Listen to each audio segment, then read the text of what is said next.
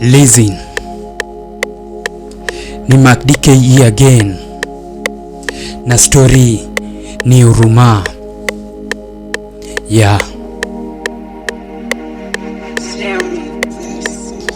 Huruma iko Nairobi, lakini kwa ground vitu ni tofauti. Hapa jina ni Huruma, lakini roho za watu zimevaa ngumu. Hakuna softness.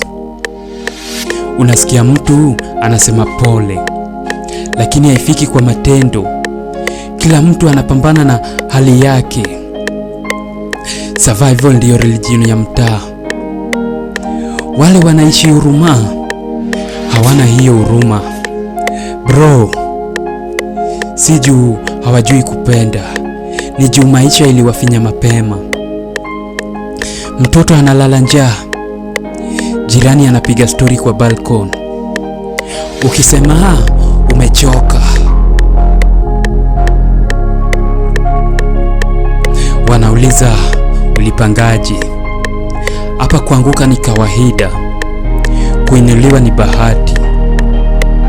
Machozi zimekuwa street language, na tabasamu ni luxury.